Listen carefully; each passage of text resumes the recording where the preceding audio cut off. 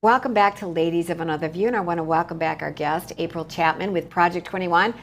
And my goodness, we're going to jump right into this with Margaret Sanger because I did not realize that she gave an award to Martin Luther King. So in reality, this is so twisted, it's so evil. She hated blacks. She wanted to destroy the black race, and she did it by acting like she was their friend. And part of her writing, part of what she said, it was her game plan is to befriend the black pastors so then you could get them into the black communities, because she knew family and faith were a very important cornerstone of the black community. And if you could convince them to convince families to use birth control and promote abortion, you then could whittle down and get rid of the black population, correct? That is correct. I mean, liberals have always used the Black community as their cultural props. So if there's an ideology that they want to push, they know that if they can convince, if they can get the individual who has the ear of that particular population, they can bring it in a very stealth-like way to convince them. And we were talking on the break at how the left likes to distance themselves from Margaret Sanger, who is a known eugenicist and who wanted to extinguish, the Black American community because they were human weeds. But she didn't just stop her eugenics behavior at just the Black community. It was anyone that wasn't the less desirables, the handicapped, the feeble-minded. She was an incredibly wicked woman. And you have Hillary Clinton, and I call Kamala Harris, I call her Margaret Sanger 2.0. If you think about how she launched her campaign at an abortion clinic. Like, who launches a political campaign and says, this is the foundation of my campaign, and I want to kick it off at this abortion clinic, which murders babies? And then you had the abortion mobile at the DNC. This is the party of death. And it's not the party of yesteryear where it's like, oh, well, we want low taxes and they want high taxes. This party is definitely something way more sinister. And they have these useful tools within the Black community, the Al Sharptons, the MLKs, so many of these bad actors who are feasting on the plight of what they would call a marginalized community, and they use it to exploit them. They don't care about these communities, but they definitely exploit them, just like they're exploiting the illegals right now.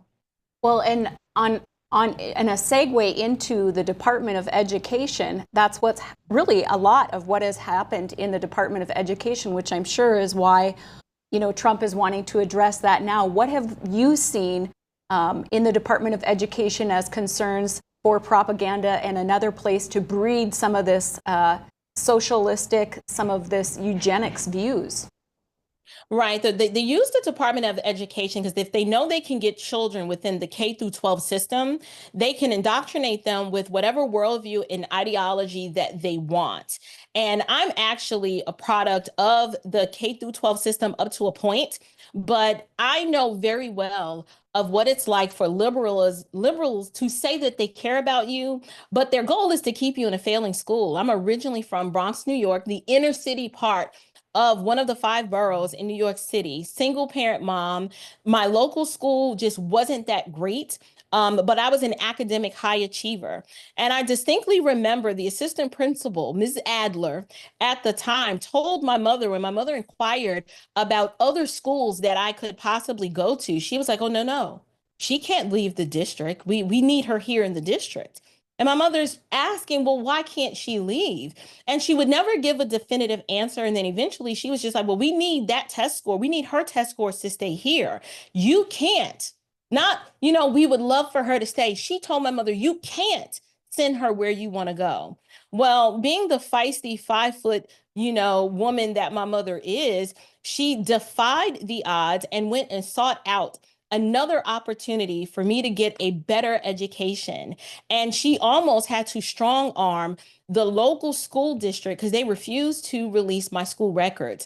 I say that and I tell you that story to let you know the left believes that they own our children and that we are Mm-hmm. supposed to share custody of our children with the government. And so the Department of Education is working overtime to stomp out school choice. You would think in communities, marginalized, I hate using that term, but communities where academically they're performing poorly, you would want to give those children a better opportunity at having an educational experience that is tailored for them.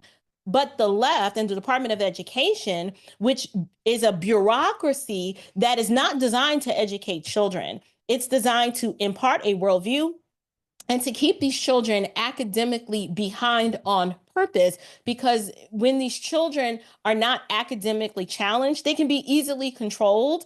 And the left needs that to feed into the university system so they can continue more of this indoctrination. My goodness. My goodness. I mean, they didn't care about you. You had potential. They didn't care about your potential. They said, stay here. We need your test scores. They cared about themselves. And that's what you're saying, is the left's rhetoric is, and that a school choice should be for everyone. And I'm sorry if it doesn't hold up your failing schools, then do something about your failing schools, right? Exactly. Like we've seen school choice done very well in states like Florida and so many other states. Like, for example, Ron DeSantis was able And by to the win. way, just to interrupt, so the red is it's mostly conservative. So the red are where you have school choice.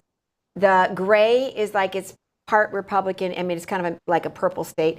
And then the gray areas where they don't have school choice are both basically, a lot of them are really left. It's like the left against the right. The conservatives want school choice. Right. Like in Florida, I was saying, Ron DeSantis was able to win over so much of the Black community, and it's because he was this champion for school choice. He was able to articulate in a very winsome fashion to these Black moms who knew without a shadow of a doubt that their children deserved better and that school choice would work for them. And he sold it to them and he won the state. And I'm struggling to understand why more red states, if they weren't in bed with the teachers unions, that they should do what Donald Trump has done and defy those teachers unions and advocate for school choice. It's a winning issue. The only ones who don't want school choice are the leftists. They want the indoctrination. The leftists, because the minorities want it. So this is like, hello, wake up. Even the people you claim to serve, they want school choice. But okay, we have to take a break. Thank you for joining us, April. Always love you coming on. Hope you will be on again soon.